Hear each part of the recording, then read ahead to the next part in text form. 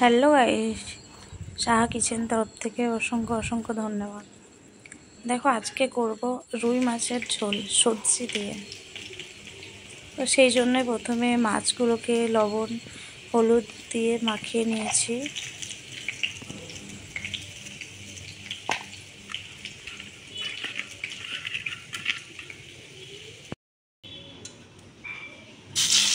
তারপর একে একে মাছগুলোকে ভেজে নিচ্ছি।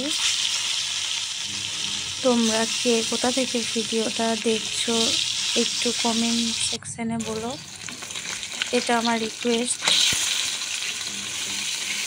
আর যদি এই ভিডিওটাকে ভালো লাগে তাহলে একটা লাইক কমেন্ট করে দেবেন। তো আমার একে একে মাছগুলোকে ভাজা হয়ে গেছে, দুইটা সাইড লাল লাল করে ভেজে নিয়েছি।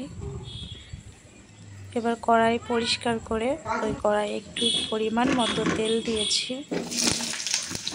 তো বললাম সবজি দিয়ে করব, তাই কিছু আলু কেটে নিয়েছি। তো আলুটা লাল লাল করে ভেজে নেব।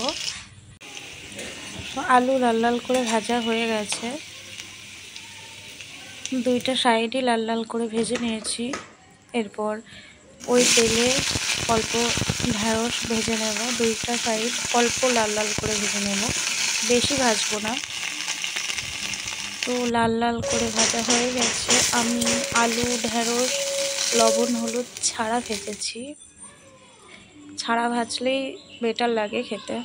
তো এরপর তেলে ফোড়ন দিচ্ছি, শুকনো লঙ্কা তেজপাতা কালো জিরে ফোড়ন দিয়েছি। ফোড়নটা চলে আসলে এরপর অল্প পরিমাণে পেঁয়াজ দিচ্ছি।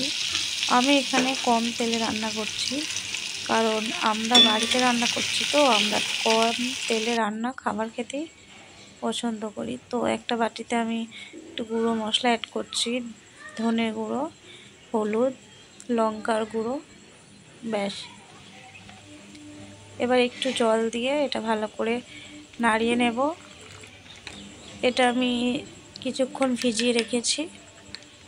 গুঁড়ো মশলা যতক্ষণ ভিজে থাকবে একটু ভালো হয়। আর দিকে মিক্সিতে আদা রসুন পেস্ট করে নিয়েছি। তো পেঁয়াজ ভাজা হয়ে গেছে, আদা রসুনের পেস্টটা হালকা করে ভেজে নেব। তারপর যে মশলা রেডি করেছিলাম সেটা অ্যাড করে দেব। তো মশলা অ্যাড করার পর একটু নাড়িয়ে চাড়িয়ে ভালো করে কষিয়ে নেব তেল ছাড়ার অপেক্ষা পর্যন্ত। মশলা থেকে যখন তেল ছেড়ে আসবে তখন আগে থেকে যে ভেজে রাখা সবজিগুলো দিয়ে অনেকক্ষণ নাড়িয়ে চাড়িয়ে কষিয়ে নেব। সবজি যত কষা হবে তরকারির টেস্ট আরও দ্বিগুণ হয়ে যাবে। তো আমি লবণ অ্যাড করিনি, তো এখন অনেকক্ষণ কষার পর আমি লবণ অ্যাড করছি। দেখে বুঝতেই পারছেন যে কত কষেছি। তো কষার পর পরিমাণ মতো জল অ্যাড করছি, কারণ সবগুলোই আমার সেদ্ধ হতে লাগবে। তো জল অ্যাড করার পর আমি চাপা দিয়ে সেদ্ধ করে নিয়েছি। তো নামাবার 5 মিনিট আগে মাছ পিসগুলো দিয়ে দিয়েছি। তো রেডি পাতলা করে রুই মাছের ঝোল।